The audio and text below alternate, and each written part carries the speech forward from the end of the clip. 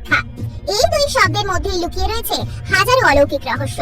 এই মন্দিরে কোনো দেবী মূর্তি নেই।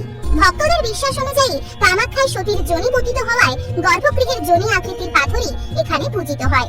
তাই নীলাচল পাহাড়ের কোনো অঞ্চলে মাটির মূর্তিতে প্রাণ প্রতিষ্ঠা করে পুজো হয় না। আসামের রাজধানী গুয়াহাটির পশ্চিমে নীলাচল পাহাড়ে রয়েছে 51 শক্তিপীঠগুলির মধ্যে অন্যতম শক্তিপীঠ কামাখ্যা মায়ের মন্দির। হিন্দু পুরাণ মতে এটি অত্যন্ত পবিত্র তীর্থস্থান। এই কামাখ্যা মন্দিরের সাথে জড়িয়ে রয়েছে বহু ঐতিহাসিক কাহিনী। চলুন আজ শুনে নিই কামাখ্যা মন্দিরের সেই অজানা রহস্যময় ইতিহাস। পুরাণ মতে দক্ষযজ্ঞের সময় দেবাদিদেব মহাদেবকে নিমন্ত্রণ না করা হলে সতী পতির অপমানে দেহত্যাগ করেন। এতে দেবাদিদেব রুষ্ট হয়ে সতীর দেহ নিয়ে তাণ্ডব নৃত্য শুরু করলে সতীর দেহ 51টি খণ্ডে বিভক্ত হয়ে বিভিন্ন জায়গায় পতিত হয়। সেই সব জায়গাগুলিতে গড়ে ওঠে কোনো না কোনো সতীপীঠ। সেই রকমই ব্রহ্মপুত্র নদীর তীরে দেবী সতীর যোনি পতিত হয়। তখন থেকে এই পীঠের আরেক নাম যোনিপীঠ। কামাখ্যা মন্দির তন্ত্র মন্ত্রের সাধন ভূমি। আবার কারো কাছে এই মন্দির এক অতি পবিত্র সিদ্ধস্থান। শোনা যায় প্রাচীনকালে এই জায়গা অত্যন্ত দুর্গম আর জঙ্গলে ঘেরা ছিল। সাধারণত ভক্তদের বেশিরভাগই দেবীর দর্শন পেত না। অল্প কয়েকজন এই জঙ্গল পর্বত পেরিয়ে দেবীর কাছে পৌঁছতে পারলে তাদের মুখেই প্রচার হতো কামাখ্যা মায়ের মাহাত্ম্য। পুরাণ মতে আগে এই কামাখ্যা ধামের নাম কুচ্চিকা নামে পরিচিত ছিল। এই ভূমিতে যখন দেবী সতীর যোনি পতিত হয় তখন মেদিনী সেই ভার বহন করতে পারে না। মেদিনীর অনুরোধে জগতের ত্রিদেবতা ব্রহ্মা বিষ্ণু মহেশ্বর 3টি পর্বতের রূপ নেয়। সেই 3 পর্বতের রূপ হলো শ্বেত, বরাহ ও নীল। কিন্তু আদ্যাশক্তির তেজ তারাও বহন করতে না পারলে দেবী নিজেই 3 পর্বতকে রক্ষা করেন।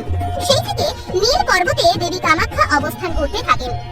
লোকমুখে শোনা যায় দেবীর ইচ্ছায় নরকাসুর শহর থেকে মন্দিরে আসার 4টি পথ নির্মাণ করেন। এখনকার আসাম শহরের তৎকালীন নাম ছিল কামরূপ।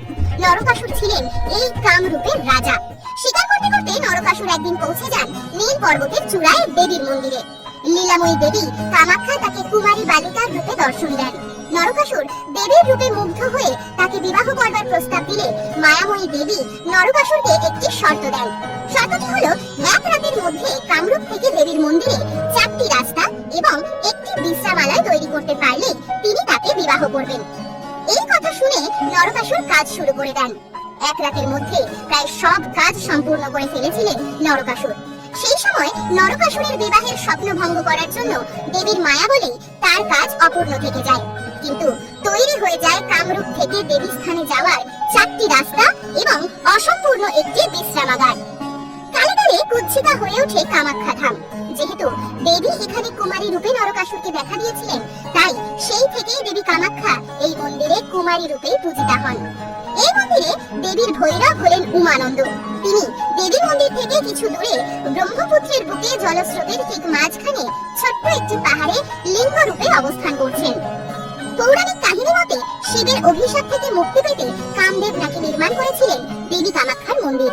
মন্দির নির্মাণের পর ঘটল আরেক ঘটনা। সকল ভক্ত মন্দিরে গিয়ে পুণ্য অর্জন করে স্বর্গ লাভ করতে শুরু করলে যমরাজ পড়লেন বিপাকে।